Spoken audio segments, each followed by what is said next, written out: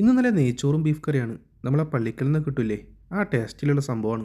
ഇവിടെ റൂമിൽ ഉണ്ടാക്കിയല്ല കേട്ടോ, പുറത്തുനിന്ന് വാങ്ങിയതാണ്. ഞാൻ ഇവിടുന്ന് ഇതിന് മുമ്പ് കഴിച്ചിട്ടുണ്ട്. നല്ല ടേസ്റ്റ് ആയിരുന്നു. അന്ന് അവിടെ ഹോട്ടലിൽ പോയിരുന്ന് കഴിച്ചപ്പോൾ അതിൻ്റെ കൂടെ പപ്പടവും പിന്നെ പരിപ്പ് കറിയൊക്കെ ഉണ്ടായിരുന്നു. അതൊരു കോംബോ ആയിരുന്നു.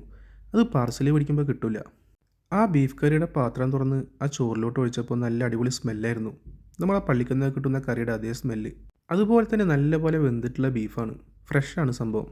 നല്ല ചൂടോടെ തന്നെയാണ് ചോറ് കൊടുത്തയച്ചത്. അതിൽ നിന്നൊരു ബീഫിൻ്റെ ഒരു പീസും പിന്നെ കുറച്ച് ചാറും ആ ചോറും കൂടി നല്ലപോലെ കുഴച്ചിട്ട് ഒന്ന് കഴിച്ചു നോക്കി. സംഭവം അടിപൊളിയായിരുന്നു കേട്ടോ. പള്ളിയിൽ നിന്നൊക്കെ കിട്ടുന്ന ആ ബീഫ് കറിക്ക് നല്ല കുറുകിയ ചാറായിരിക്കും, നല്ല മല്ലിപ്പൊടിയൊക്കെ ഇട്ടിട്ടുള്ള. ശരിക്കും അതുപോലെ തന്നെ ഉണ്ട് സംഭവം കഴിച്ചപ്പോൾ. പിന്നെ ആ നാരങ്ങച്ചാറും പിന്നെ കുറച്ച് ആ തൈരുണ്ടായിരുന്നു. അതും പിന്നെ ആ ബീഫ് കറിയും ചോറും എല്ലാം കൂട്ടിയിട്ട് ഒന്നുകൂടി കഴിച്ചു നോക്കി. സംഭവം ഒരു രക്ഷയില്ല കേട്ടോ. ഇവിടുത്തെ 14 റിയാലാണ് ഈ ഫുഡിന് വില വരുന്നത്.